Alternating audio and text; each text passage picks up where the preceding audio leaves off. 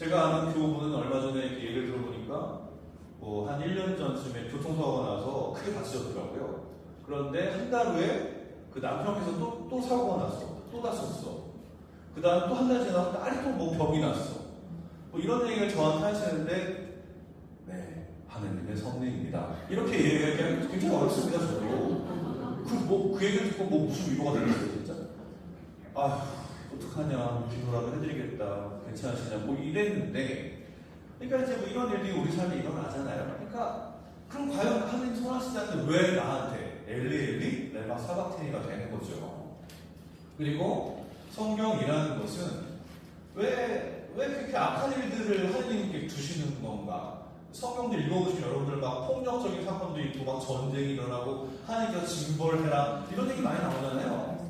근데 도대체 그런 얘기가 왜 있는 걸까 우리는 궁금하긴 합니다. 게다가 가장 우리에게 어려운 것은 착하게 사는데 왜 나쁜 일이 일어나냐 이거죠.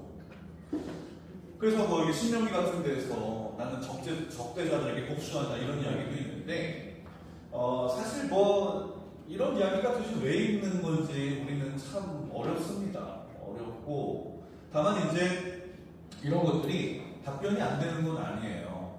미리 좀 답변을 말씀드리면 성경에서 저렇게 신명기 왼쪽 아래 있죠? 저렇게 이야기하는 것은 어떤 신학적이면서 문학적인 텍스트라고 합니다.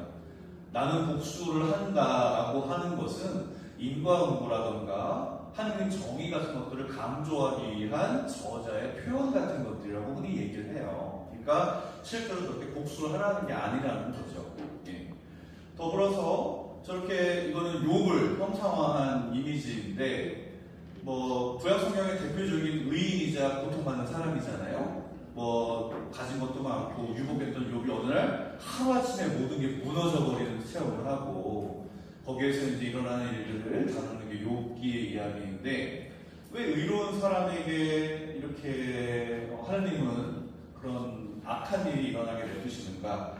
하느님이 악해서 그런 건 아닌데 어떤 잠정적인 답은 뭐냐? 하느님이 악해서 그런 게 아니라 가령 이제 욥기 초반에 하느님께서 사탄하고 내기하는 얘기죠. 하느님하고 사탄이 내기를 해가지고 욥에게 병을 주기도 하는데 그런 것들은 문화적 표현입니다, 여러분. 진짜로 그랬다는 게 아니라.